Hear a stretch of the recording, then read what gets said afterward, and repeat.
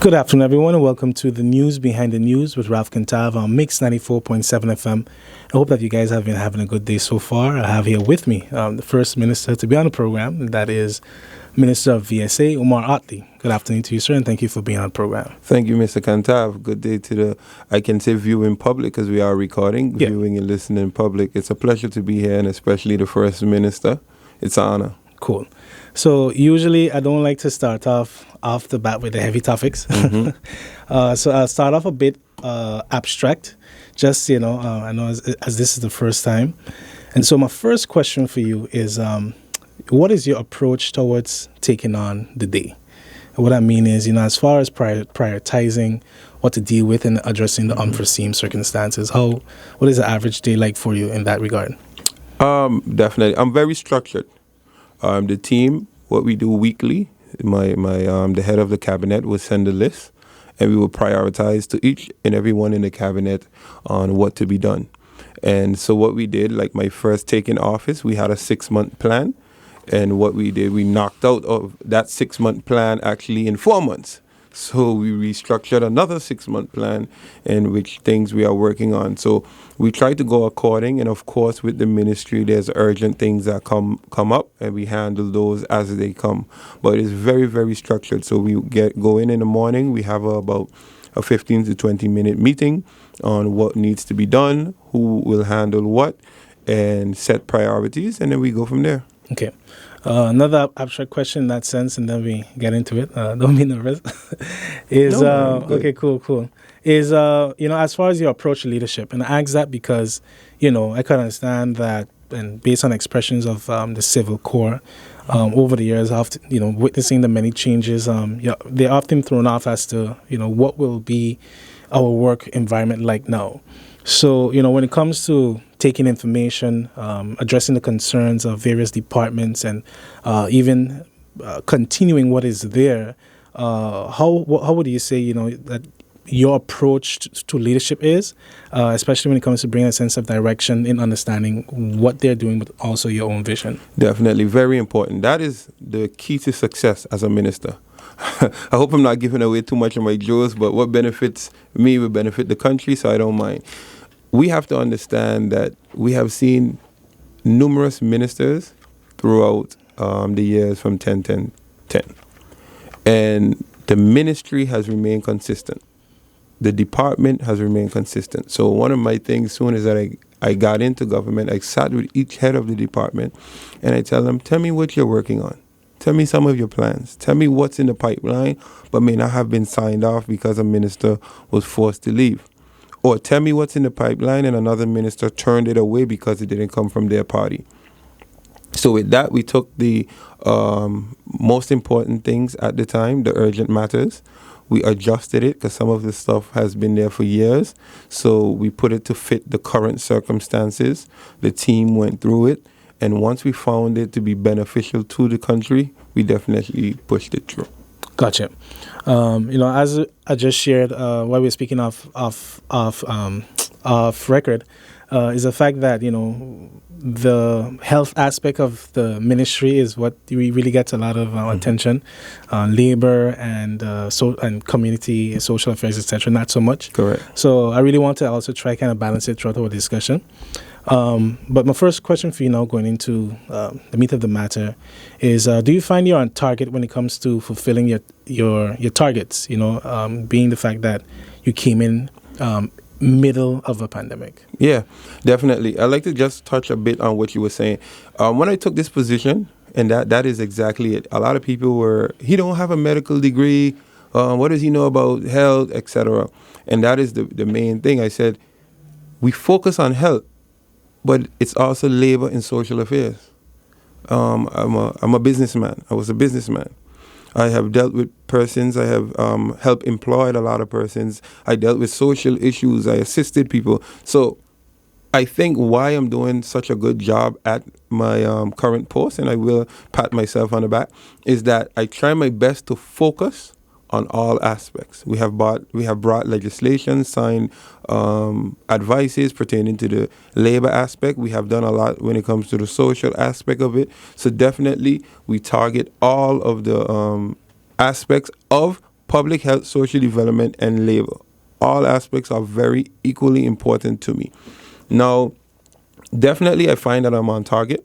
Like I stated, we met with the ministry, met with the department heads, we put together a 6-month plan, and we carried out everything that we wanted to carry out throughout those 6 months. And now we're on target to create a new trajectory. So definitely, 8 months, we put out, on my 8-month anniversary, we put out what we wanted to, what we accomplished. And it was a long list. The newspaper, we had to buy a full page because there was so much information. We did the home repairs programs. We're completing that right now. That has been there from 2017. So how many more homes have to go? So that would be for 9 homes. So every year we're budgeted for home repairs. So it'll be 9, and then we'll carry out another 9 this year, etc. So it was actually in the pipeline from 2017. We picked it up and we got it to go through. So now the contractors actually today are having the site visits. We did the DDRP, that's with the 7 Cs. That's the scholarship program that has been there from 2011, that has never been utilized, where we can take locals, have them trained in the aspect of water treatment, water production, and then eventually we can take over the GB plants, the water production plants that is now ran by 7 Cs. We did the job opportunity program. The online program will be launching early March, where persons can now register online. There's so much things now that I'm thinking, some of them can't even come to my head. I have my staff here, look at them, what else we did. The airport job. Yeah, we did the job fairs with the hospital, the airport, what we call it the SOS, the scope of service agreement, where major developers or investors, in order to do major projects, you have to basically have job fairs to strengthen our resiliency, strengthen the resources in the job market. You have... And right? Do they also report back to you in terms of what they were able to capture? And yes. So, okay, gotcha. And work closely with NEPA. They also have to invest within our school system, whether it's with NEPA and so forth. Okay. And this helps capture the local market, utilize as much as the local market before even requesting work permits or anything like that. So that's also a big plus on our end. And that's just across the board. Moving forward. And we did job fairs with other hotels and so forth. So it's definitely we just signed off on a non-communicable disease plan. That's a plan for prevention of disease, because obviously prevention is better than cure. Definitely. So what we realize now, if we put money in the prevention aspect, it can save us millions when we're dealing with the curing aspect, and which COVID has now exposed to us that our lifestyle and our population is very unhealthy. Because, we like to say this person died from COVID, but in reality, it's not the COVID they died from. Because they tend to have comorbidities as well. Yes. Yeah. So COVID goes into the bloodstream, it attacks your heart, your vital organs, and it basically takes your weakness and overcomes, and the weakness is so detrimental it overcomes. Yeah, correct. I'm glad that you shared certain things there. Just 2 points I would like a little clarity on. With the home repair program, is that now fully under government responsibility? Because NRPB is not involved with that. No, not with this one. We have it budgeted. Okay. And our from the social aspect to repair persons that have been damaged from since Hurricane Irma. Oh. And unfortunately, there are persons who still suffer from damages of a hurricane in 2017. How extensive is that list or that number of homes? Is it in the dozens or? No, well, it's of course we deal with social services, so they know the vulnerable groups. The Community Development Foundation, we go out, we assess within different neighborhoods, and then they put that list based on what we have, the vulnerability, on what we can assist. So what the World Bank may not have been able to get to, if you are still on our list, then we assist that. We assist them. And it's done. A public tender went out for the consultants. ICE was selected. So ICE now is in charge of actually the process. So the contractors, they meet with ICE and then they submit their bid to them, the independent agency, and then they'll be selected. And the most important thing is that we are getting it done. And in the 2022 budget, we also have funds allocated for that, so we can carry out a net set of projects. Gotcha. And then one more clarity, because I do remember when you announced the scholarship program with the 7Cs. Yes. When is their contract slated to be up? Because I do know that they were supposed to have already been back in the work. What you have is there was an extension. Mm-hmm. So we have a take-or-pay relief, which is we were agreed to take a certain amount of water for a price, and the government had to ask for an extension on the decreased price. If the extension was not asked for, then we would be paying. So, for instance, we only utilize, say, I just give you an example, 15,000, but we are paying for 20 because we didn't take the take-or-pay relief. Mm-hmm. So, what we are trying to do, what we realized throughout the years, is that you can ask for the relief to bring us back down to 15, but it comes with a 2-year extension. So in the process right now of negotiating, I'm in the process of negotiating with the 7Cs to try to get us back our facilities quick as possible. Because I think it's at this moment we won't be able to get it until 2025 when the contract is done. Okay. So what we're trying to do is prepare possibilities that, hey, like the DDRP, it prepares us and puts us in a position where we can manage our own plant. Because if we don't take advantage of this or prepare our people, even when the plant needs to be turned over to us, guess what? We won't be able to run it. Because after all these years, those skills and knowledge have been built up as well. Yeah. And many will say, yes, but GB run it, GB handle it, so we can do it. No, it's a lot of back office, and managerial skills, calculations, knowing, when and how. So I just think that we need to be prepared on that level of managerial skills, of knowing the ins and the outs, the orderings, of how we're going to handle the water plants. Okay. I'm actually glad that you mentioned one of the department's names, which is the Community Development, Family and Humanitarian Affairs, because I find that that's one of the departments where we rarely are aware of, mm-hmm. Because the name itself, says a lot in terms of their mission, their vision in community development. So I'm aware that in the budget, that's one of the things that you mentioned where you'd like to see progress. So can you also share what activities that the public can expect, or projects as well, where this sector is concerned? Certainly. And you see, as we go, I'm keep thinking. So part of the accomplishment throughout the 8 months was we did the agricultural learning experience. We did that. It was a successful one that we ended up doing a second run, where I signed off about 60-something participants that graduated, that got their certificate in learning agriculture, self-sustainability, and so forth. So that was definitely a success. We also conducted our first ever family day, which we are trying to encompass the importance of family throughout the community. So that is very important. We also did the Dutch Quarter Community Day, which we are now going to go in different neighborhoods. So what it was not only a fun day, it just happened to be around Christmas time, where we were able to assist a lot of those who cannot afford a gift for Christmas. We were able to assist a lot of the kids in the community. But the most important thing, that we had the opportunity, we had booths set up where persons can go to learn how to apply for medical aid, social aid, etc. Because what we realized is that some people just don't know. It's a lot of people that are unemployed, that are suffering, but they don't know that they can receive assistance from the government, or they don't know how to receive assistance. So what we will start to do now is go into the communities. Although we have community help desk, we go into the communities. We do a lot of fun activity to try attract more of the community. And while we have them, we teach them.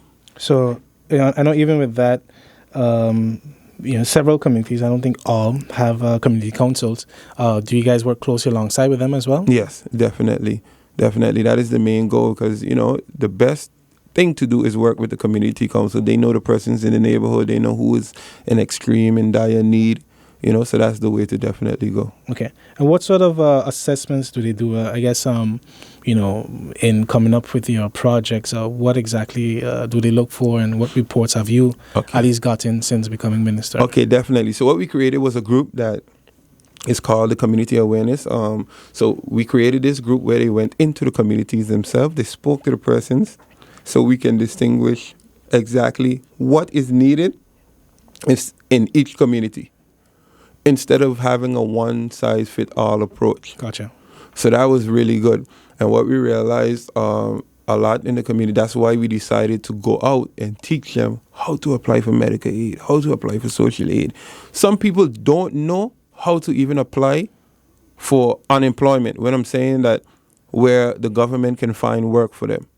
So we meet a lot of people. I meet a lot of people say, yeah, I have no job or I have no money. And I say, but do you know that you can apply? No, they don't know how. And the thing is, they just expect me as minister to say, okay, you're approved. And it's a process. You go to the government building, for those who are listening, you go to the desk, you ask them, where do I apply for, whether it's social, financial, or unemployment. They'll send you to the desk to your left, and then you will be given a form that tells you everything that you need. Mm-hmm. And besides this form, you can have a conversations with the person at the desk, and they'll instruct you. Once it's in, you go through the process, and you will be assisted, whether it's financially, insurance-wise or whatever. So I think it's just about educating the people, educating the community. Yeah, because I was just going to add with that, that tends to come across as one of the bottlenecks as far as people being aware of what is available to them. So I'm not sure if it's because you guys definitely do your bit. Whether it's, I know you have like certain social media pages and stuff, but still that communication of people knowing, mm-hmm. what opportunities are there, not just limited to like the department you just mentioned, but just in general. So correct. I think maybe that's where we could probably explore how to more penetrate, in the communities with people being aware of what help or assistance is available to them. Definitely, and again, thanks for the community development, humanitarian, family affairs that we were able to find out, what are the problems, what are the bottlenecks, and try now to go to the people and get them involved. Okay, so one of the things I'd like to definitely get into is I'm curious about the relationship your ministry have with education department.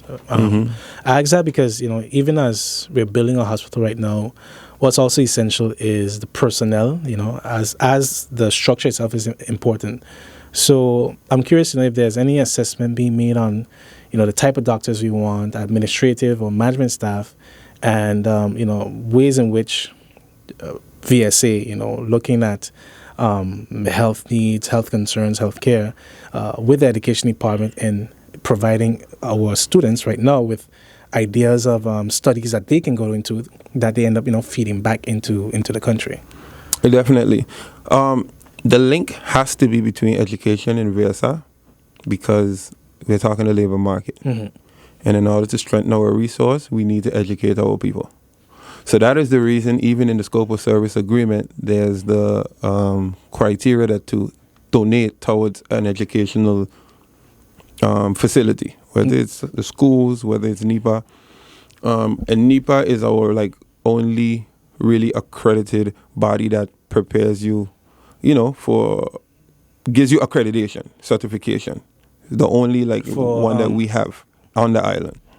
So we have the high schools, but when it comes to trade or whatever, NEPA is, recognized correct. Accreditedly.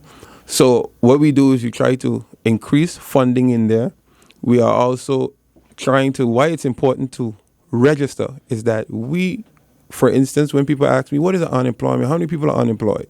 VSA doesn't do unemployment. We do job seekers. We do, based on what is given to us. So let me clarify it. If you are unemployed, if you do not register, I do not know.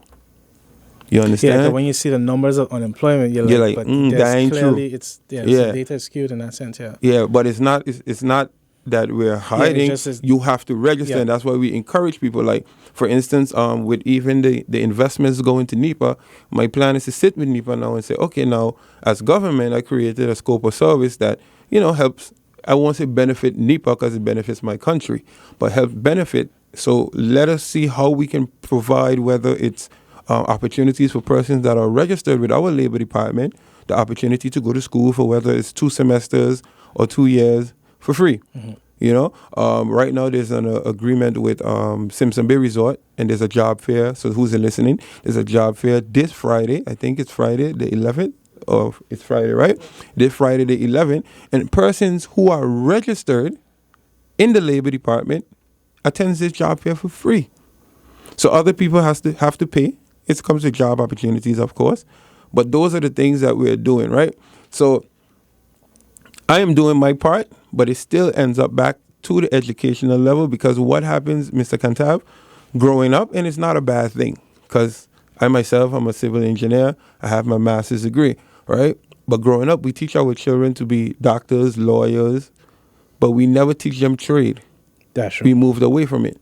And we need to understand that if we judge a fish on its ability to climb a tree, it will go its whole life thinking it's dumb. Yep. But you put that fish in the water, It will excel. it will excel. And I think that what happened is that I know people that I went to school with that I did a lot better than in school. But today, they're the best mechanics. I can't fix a car. You know, they're the best carpenters. I have my engineering degree, but I can't build a cabinet.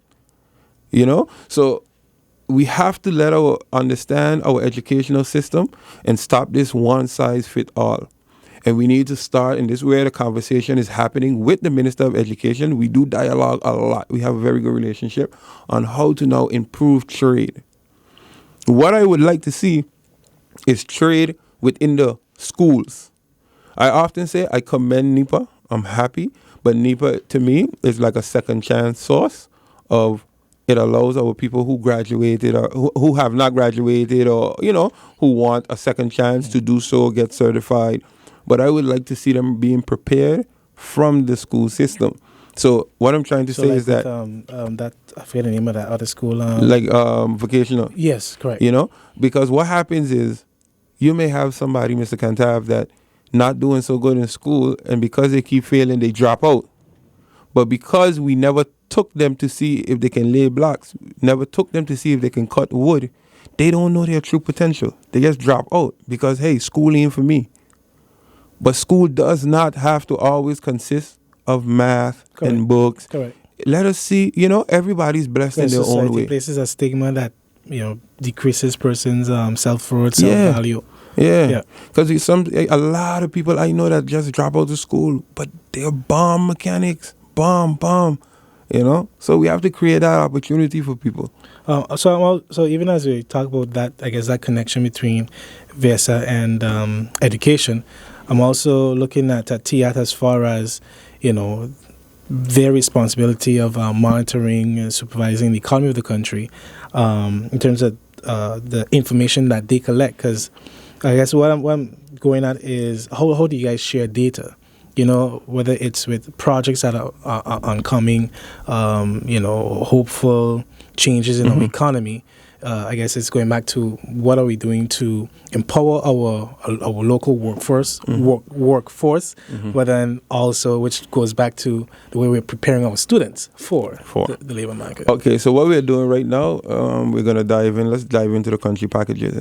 We have E1. This is one of the first that we're actually moving into. This is the illegal employment of foreign laborers.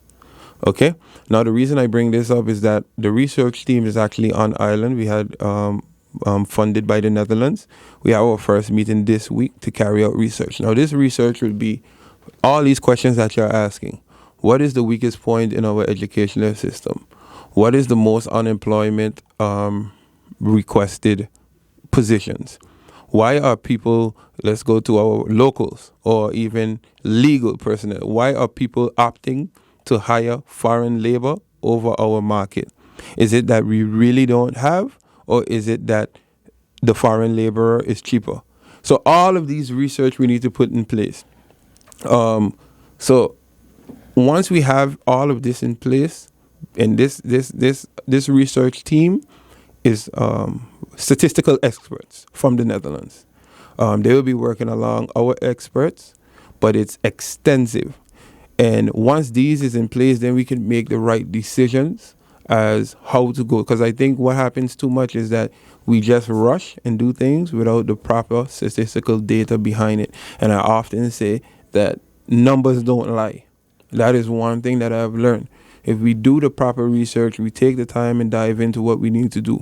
So what I mean by this is, to answer your question, based on this research, we would then be able to say, listen, Tiat, we realize that there's a lack within this this realm. Whether it be, just an example, the tourism industry, whether it be the construction industry. So I think that most of our people are benefiting from construction. Meanwhile, we have a one-pillar economy. So now it's the job of the economic persons, right, TIAT, to then create economic activity or some form of means that we can now create more jobs, if you understand what I mean, and stop just, not for us to just depend on one, tourism. No, I'm not saying to move away from it. We can. No, but I think we add on more. Just as one person, it benefits a person to have more than one source. So the nation as well. And I think that is what happened because it worked for us so much for all these years. We just, if it ain't broke, don't fix it, and we never added to it, you know. And we have so much opportunities out there for us. Yeah. And this minister Tiat, he's the thing about it, this is his field.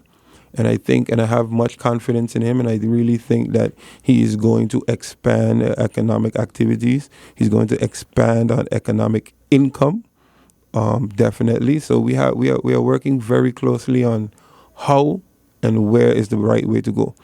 And the reason this research is so important, he might say, for instance, let's expand in this aspect. But based on this research that we're going to do, it shows that the aspect in which you're expanding on is not requested. It's not a weak area in our field. So that's why I brought the E1 up with the country packages. Okay, so we're going to take a quick break and we'll be right back. Good afternoon, everyone, and welcome back to the News Behind the News with Ralph Kintav on Mix 94.7 FM. And this afternoon, I'm joined with Minister Omar Ottley, Minister of VSA. So I'm glad that you touched on the country package. I actually wanted to get into that. But also taking note of what you said about the research that's being done. Definitely research is important and it helps us make wiser decisions. But I guess, sometimes it puts you on edge because, we've had a lot of research done at St. Martin too. So, it's hoping that, that information is really used to guide policy, to guide, government plans and so forth.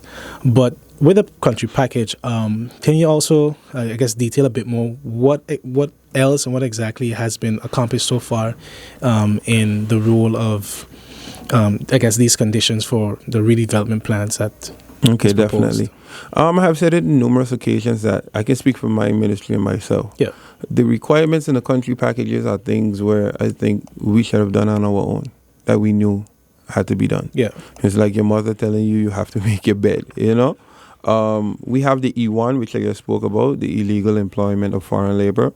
That dives into why and what are the effects, what are the possible reasoning behind this, So really go into, is it really a lack of resources or is it a financial issue? So, and where can we expand in our economic development? We have the E4, which is the Social Security Safety Net. This is discussion of like an unemployment fund, Sesentia. This is something that we're definitely working on, especially when it comes to the short-term contract of persons being laid off for 3 months with no pay. So even now with the new civil code, it moved from 3 consecutive short-term to 2. So you get 2, and a third one you should be positive. I mean, permanent, sorry. I'm thinking COVID. Yeah. It should be permanent. Yeah. But however, that 3-month layoff, the person doesn't have any money. So we're working into that and creating a social security safety net. Also, we're doing research on really the employment of persons over the age of 55. Some places just don't employ those persons, and that's... It's a form of discrimination. Ageism, yeah. So we're definitely looking into that. We're also doing the arbitration committee. That's something that I'm looking into. That will hopefully definitely... this deals with the dismissal law. Oh, okay. So what we did, when we talk about data, the ministry, we recently put out a survey online for employers and employees, where everyone can register in dealing with the 6 months contract, the short-term contract. If it's beneficial, when should it be used, And majority, out of over 250 persons, 83% stated, both employers and employees stated that we would love to do away with short-term contract. We don't mind hiring people permanent, but we need to adjust the dismissal law. According to employers, they think it's a bit tedious to dismiss somebody. So that's why they abuse it, because it is abuse. Yeah, definitely. You have people sometimes on contract for 12 years. You can never get a loan, a mortgage. This is the reason why even if we look at the car places, they decide to do in-house, because they realize so much of people in St. Martin cannot qualify for a loan. And it's not about cars. I want to put our people in position that they can get loans, they can get houses, stop renting. But also a guarantee of that stability factor. Yeah. You know? So back with the consensus document 2015-16, it was signed before that, you know, they both wanted to look at the dismissal law. But in my team doing research with the dismissal law is not that strenuous. I just think they don't know. So we do plan, we're doing research. I have a follow-up meeting in 2 weeks from now, in which we will take our findings and sit with the tripartite committee and just ask the employers, do you understand this aspect of it? Because maybe they're not diving into it as they should. But definitely my plan throughout my term is to do something with the short-term abuse. The contract itself is not a problem. The contract was made for the tourist season. Right? Because it's a seasonal. Yeah. We didn't have enough people on the island. We were allowed to bring people in, allow them, and then you go back. People stayed. And then it turns into something But then it's used in areas where, for example, not necessarily throwing anyone on the bus, for example, a supermarket where it's like high season or not, people go to the supermarket. There's no need to constantly rotate people on a 6 months contract. How it was back in the day for the people that speak in Mother Bay days, you got 3 month trial period, and then I know if I want to hire you or not. I don't think that you need to have me there for 2 years, 3 years to know if you want to keep me, because obviously you keep bringing me back. You know, allow me to grow. So that's it's not going to be overnight, but I am working on it. It does have my attention. It is on my priority list, and it will get done. One point there with what you shared about the social safety net with the country package. What is the timeline like? You know, because I do know it's also been a struggle, you know, in letting the Netherlands know that, you know, certain things you can't give us a hard deadline on, because you need a personnel, etc., to accomplish it. But what is the timeline like still, realistically, launching these things? Yeah, realistically, right now we're working on the E1. Like I stated, the researchers is here. The social safety net will be after. And the trajectory for the last one, F3.1, for the national health insurance, I like to call it national health reforms. That one they are looking at, the Netherlands has a timeline of January 1st, 2023, with the possibilities of extension. Okay, so the social safety net, we're looking at 2023 as well, with possibilities of extension based on what the research provides. Okay. Just to touch in a bit, so I told about E4, F3.1, that's the national health insurance. What we did so far, you know, there's a ZVOV, where we will increase the wage limit. Also, while we're waiting on the national health reform, I am not just waiting on that. I am bringing legislation to Parliament, or from the government to Parliament, that would benefit SZV in the meantime. There are some formalities that we are doing for years. We just do on a humanitarian basis, but we need to formalize. For instance, our law. Legally, we're still supposed to only refer persons to Curacao in the legislation, if we're using the old SVB legislation. Really? So now, yeah. So we are now in the process. It's done. It's at Department of Public Health. Mm-hmm. And then once they send it back to me, I'll sign it off, and then we go to Parliament. Another thing is the 62 plus. This is an insurance that we insure persons who cannot be insured by government because they're past 60. We send them to SVA and they get insurance. It's not formalized. We do it on a humanitarian basis. But we can't. So that means that there's kind of a backlog of getting things done so we can move forward. The SCUMML funds, SZV has always suffered with OZR. So we use this fund to pay that fund whenever there's an emergency. But really and truly, when SZV gets audited, they always get a negative review because legally we don't have the SCUMML funds where we can take funds to they're supposed to pay for this. Because when it was developed, it was like OZR is supposed to only pay for OZR. But if we have to do that, you see how many times I'm in the newspaper about this person, the ambulance, not getting paid, the practitioners, the nurse, and then we would have to take funds to pay. So definitely we are formalizing a lot of things. Yeah. And then we're definitely trying to put things in order where SZV now can benefit. Well, with the NHI, again with that one, when did you see that expected to finally be presented to Parliament? Because the deadline was... They moved it now to January 1st, 2023 to be in Parliament with the possibility of extension to so you have the whole year the next year if we need an extension. Okay. So another thing, even with that, naturally, the insurance groups on the island, they kind of, they came out and made their comments and so forth. But even considering that, have you made any consultations with them or any other stakeholders, just at least maybe hear them out, but to see what the concerns are? And what definitely. We had 2 meetings, especially with the ZVOV. When I hear some of the comments, I'm a little shocked because I was in a meeting, we did a presentation.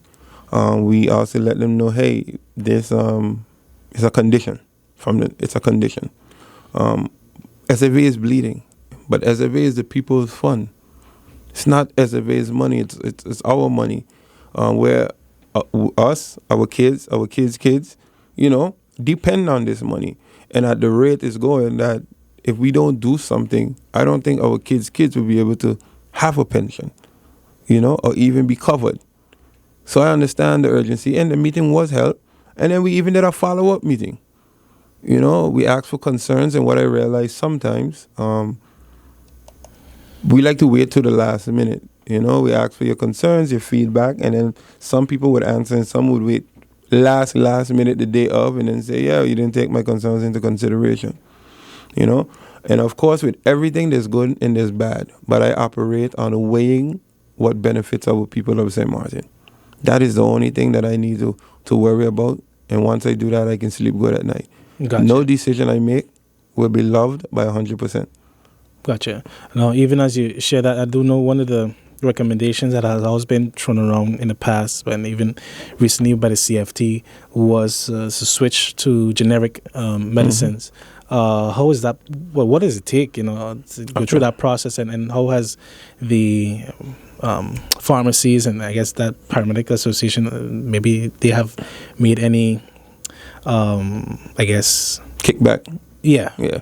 So, as we go, I'm finding things. So that was one of the accomplishments that we did, the PCCP, Pharmaceutical Cost Containment Program. This is where we go to generic. But people think, when they think generic, they think imitation. Yeah, that's the branding and perception. Yeah. So it's not imitation. It's generic. It's like the form, the original. They have Advil, they have Tylenol. Those are the brand names. You have different ibuprofens, and what they are showing is that in our law, again, that is something that we were supposed to be doing based on the SZV ordinance, but we went away from it. We have lived our life in certain things. I realize being in government, a lot of things that has been done wrong, that when you try to correct it, it has been done wrong so long that you doing the correct thing seems like the wrong thing. So the PCCP can save us up to 15 million yearly based on cost estimates. Full research was done on what we spend and what we would spend. What I did in the advice before signing, I make sure stipulated that if in the change of medication you have an adverse reaction, you report to your doctor. Your doctor then will report to the doctor of SZV. And then you can be reverted back on a special, prognosis, special situation. You'll be reverted back to your original medication. So it's not like take it or leave it. If you are having a negative effect, once the doctor can prove it, the doctor can send to SZV, their doctor will verify, you would be able to go back. The point is overall, saving on that health cost. Very much. It's astronomical, basically. Very much. And, we often say, we don't necessarily imitate other countries, but at least certain things, when they're proven to work, something like that, in fact. It benefits. And like I say, sometimes the decision you make, persons won't get it. They'll be upset. But my job is, whether I'm here or I'm not here, you'll say, I see why he did it. And that would make me feel good. just something that also came up. I guess that you can additionally clarify. Of course, I think maybe like 2 weeks ago. We had little rumblings about the hospital and reconstruction project. So, as minister, have you been assured that really and truly, the completion date is something that will be met? And is there any backlog that's currently being undertaken right now? Definitely. What happened is, and I clarify that I don't have a hands-on approach within the business aspect of the project. So when something comes about as a minister, my job is to protect the people of St. Martin and ensure that it's done. So I reach out to SMMC. SMMC contracts the contractor, right? They give me information, tell me about the bank account. I made them call the bank in a meeting. They call the bank, and we saw recently they put out an article that the bank account is now open. Everything will be handled within the coming weeks. I know that contractors were paid, except for there was a major contractor who were being paid piece because of the large amount. That contractor spoke to me personally and tell me, hey, I just had a meeting with the main contractor, and I am okay to wait and continue working. I understand the situation and I accept it. He said, okay. However, now everything's supposed to be situated. We saw the article. I have not heard any complaints. I'm not going to be, like I say, be all in the business aspect of it. The contractor knows that, hey, if you're not paid, please contact me. And I definitely would then send a question, an email. So I have not heard anything since then. Everything has been quiet. I have passed by the construction site. I saw that there was an increase in personnel there since then. So I am just monitoring the situation as need be. And if there's any difficulties, then I would definitely step in as Minister of Public Health. But I can only step in and deal with SMMC directly, as SMMC has a relationship with the contractor and not me. So I deal with SMMC to assure that everything is in place. Gotcha. Even as we're speaking about that off air, we also spoke about the importance of just your health as a person, the vulnerability, that being in such a position, whether you're in a hospital or dependent on medication, etc. And the pandemic has really enforced or reinforced that understanding. Early morning, late night, you see people exercising, gymming, etc. I know that years ago, I think it was in 2015, that there was a health study done, which, if people would look into it, it's alarming in terms of our national health, in terms of people. I know you said that one will be done this year. So my first question is, when will that be? When will that start? But also, how are you and your team looking to address, the health challenges of the community, especially when it relates to, providing information on what exactly are those illnesses, non-communicable diseases and stuff that we suffer with as an island. Definitely. Again, this goes back to the advice that I recently signed off, the NCD, Non-Communicable Disease Plan. This plan is also in partnership and collaboration with PAHO and SZV. So what we are doing, we are going to do this health study where then we would have more accurate data. We would also use the information from SZV based on prescriptions. We were just giving a presentation on a dashboard. Based on prescriptions, we would know what type of disease you have as well. And we also broke down the costs, the SZV, what they spend yearly. I think to not even this year, we're afraid to see this year, but on RO or on sickness last year, they spent upwards of 8 million. That's just off of people being homesick. Yeah. And I think it was on hypertension, just only, they spent 1 point something million, based on medication. So we have a problem. We have an issue. And this is what I'm saying, we go to the doctor, we show our doctor card, we get our medication, and we just go because we're not physically out. It's coming out your taxes, but not physically paying for it. So a lot of times we don't tend to think of the cost. A macro level. Yeah. So when you understand what's going on in SFA, and as they make certain decisions, it's in your benefit, because the day that you go and you can't use that card, it will be disastrous.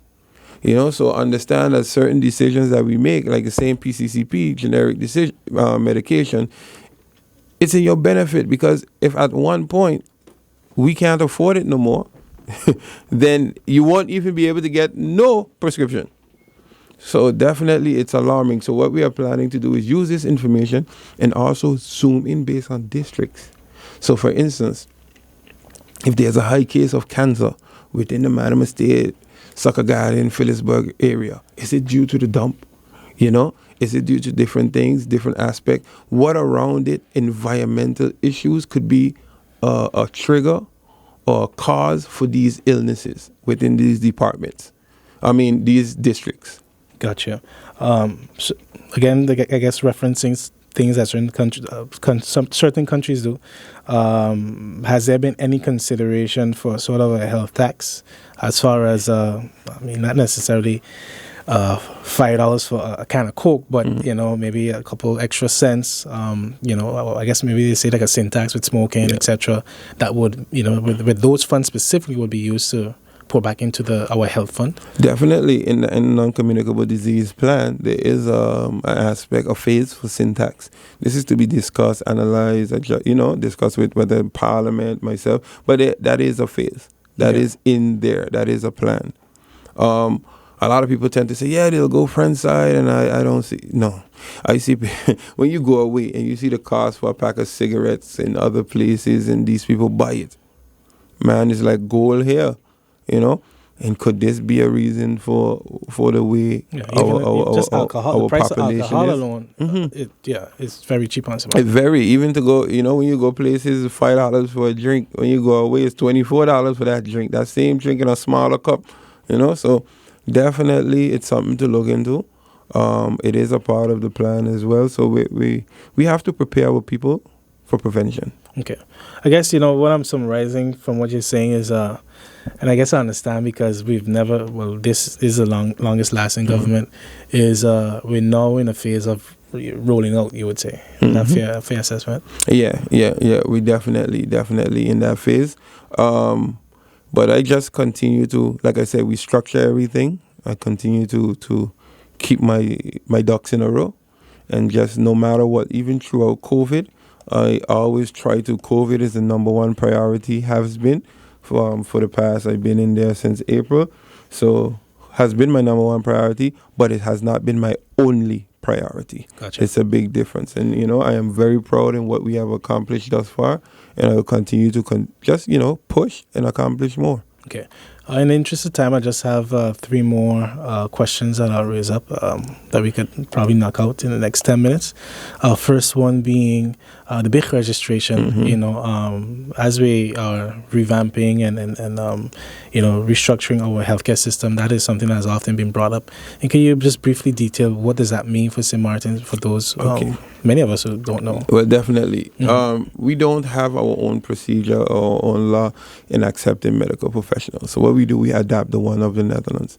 But in adapting the one of the Netherlands, we adapted everything. Being BITC registered, that's European or Netherlands registered. So of course, in the Netherlands, that would be a benefit.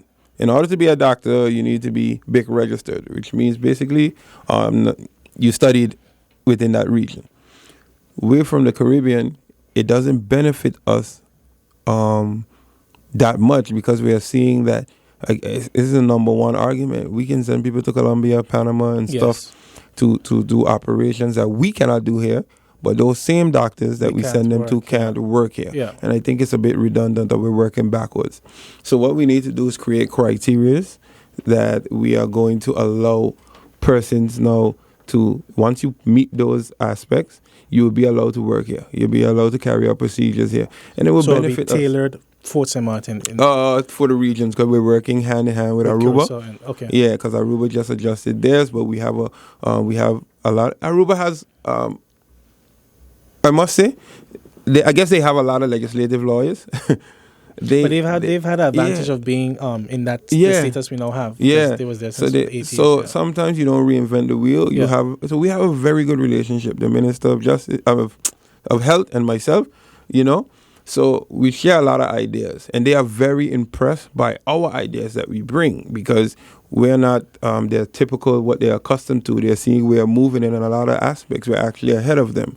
So we share a lot of ideas legislatively, and we're going to put a committee where together then this committee will be evaluated by Aruba, Curacao, and St. Martin, and these doctors would then be able to practice within the region, whether it's Colombia, Cuba, Panama, Santo Domingo, America. So we're definitely putting that aspect together. Yeah, it's time. The irony itself is just like we have a medical school on the island. We actually have quite a bit of St. Martiners right now at AUC, and then you have this little barrier in a sense, to help our own island. Correct. And so one of the final questions I have for you is relating to, I guess, another stir that was created as far as the 2 psychiatrists were concerned with MHF.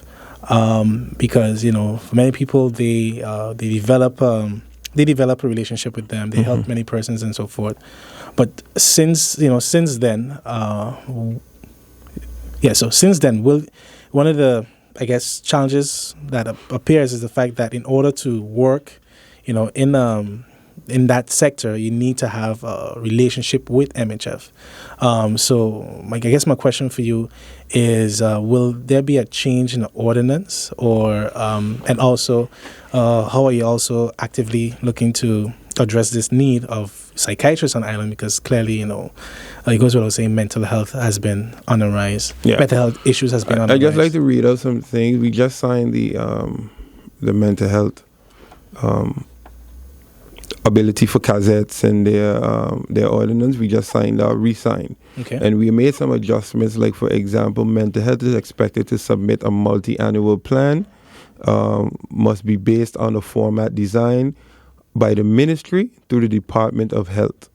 Another thing that we put, before June 1st of each year, Mental Health Foundation must provide the ministry with reports of quality and quantity of care provided.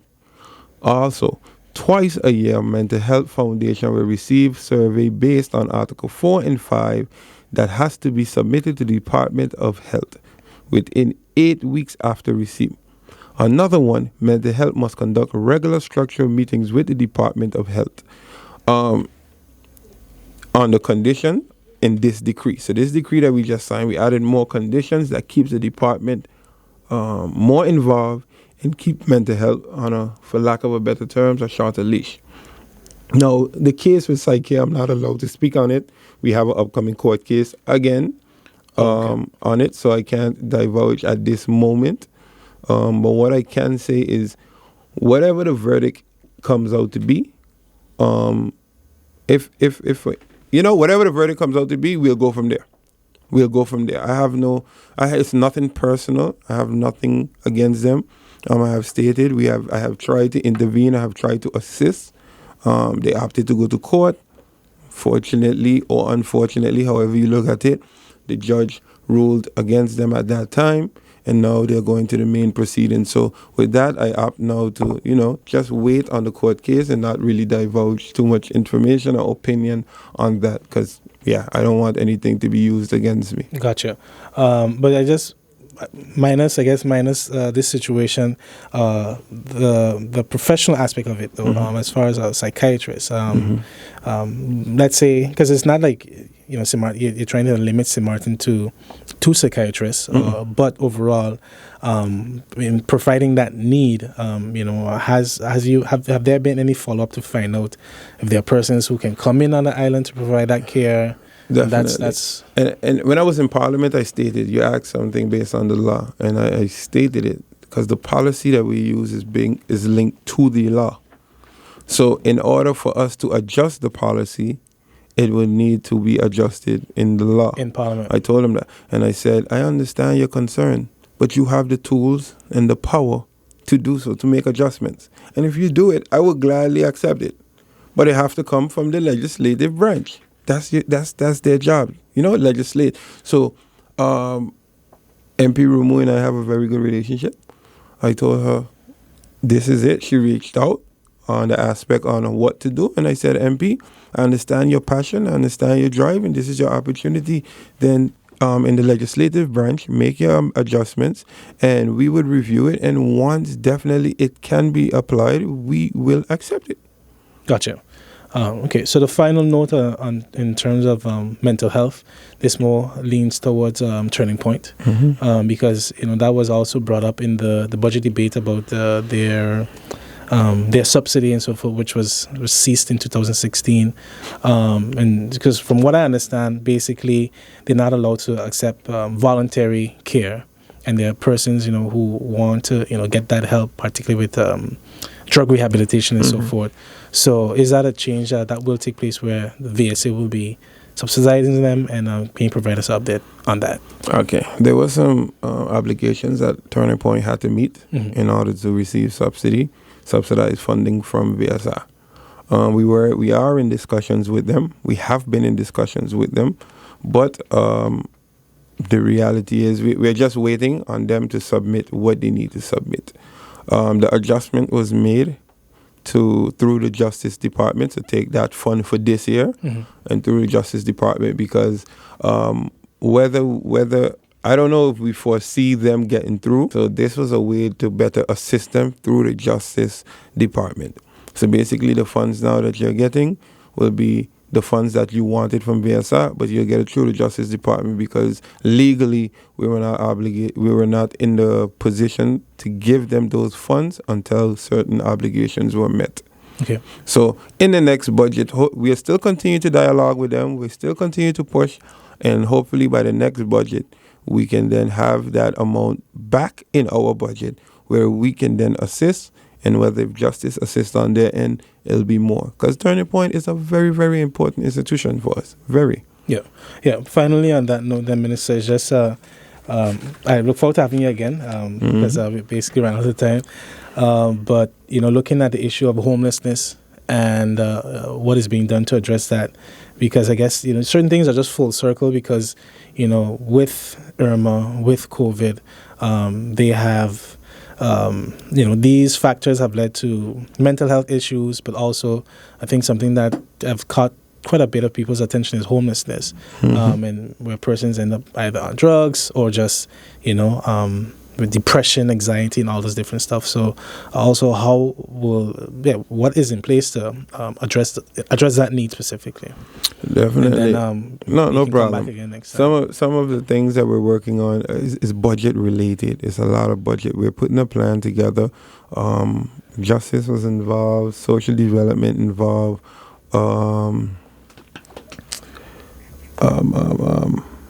justice, social development.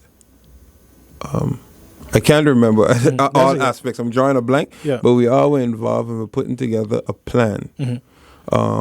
A plan for housing, a plan for data. They were involved. Yeah, okay. That's for child services for especially kids who are in those positions or in those unfortunate circumstances.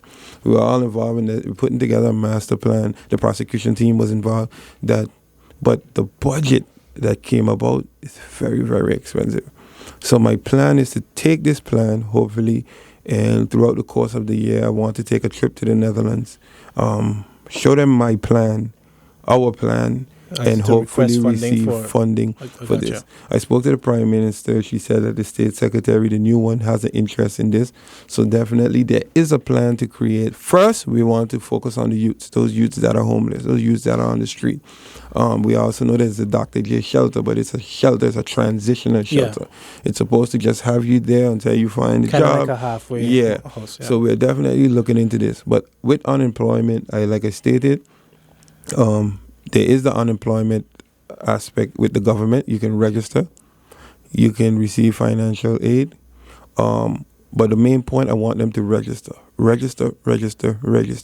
We can help you. We can push to help you once you are registered. There's a lot of job fairs coming up. But if you are not in the system, I cannot assist you. I have to assist who is in the system, because we only, if you're not registered, then the list your name would never be on the list. So I encourage people to do that. Another aspect we're looking at is the Cessentia Fund. Like I said, the E4 country package, where we would create an unemployment fund. So we're using to take the money from the Cessentia to create an unemployment fund. So that will be from our budget. Yes. So then those are the things that we're working on. So definitely, I just hope, and I'm thankful, like you said, we're the longest serving government thus far. And I hope that we continue to keep that vision and St. Martin at heart, that we can have the opportunity to carry out everything that I have listed here today and continue doing. Okay. All right. Thank you so much again, Minister. Like I said, definitely look forward to having you again. Any final words? Yes, I would just like to remind everyone once again, those who are listening at the sound of my voice, the job fair. I would like to remind you of the job fair at Simpson Bay Resort. It's the food and beverage job fair. It will take place on Friday, February 11th, time 10 a.m. to 1 p.m. And then we have 3 p.m. to 5 p.m. The positions will be for food and beverage restaurant supervisor, food and beverage inventory control specialist, line cooks, bartenders, waiters. So it will be held at the Cabana, the meeting room, at the Simpson Bay Resort. So definitely come out, and those who are interested, just come out. It's opportunities. We are creating opportunities. It's just let our people take advantage of them. Okay. Thank you so much. And to our viewers and listeners, I hope that you guys also had quite a bit of takeaway from this conversation. And we are, of course, looking forward to your feedback, and be sure to tune in again tomorrow. Take care.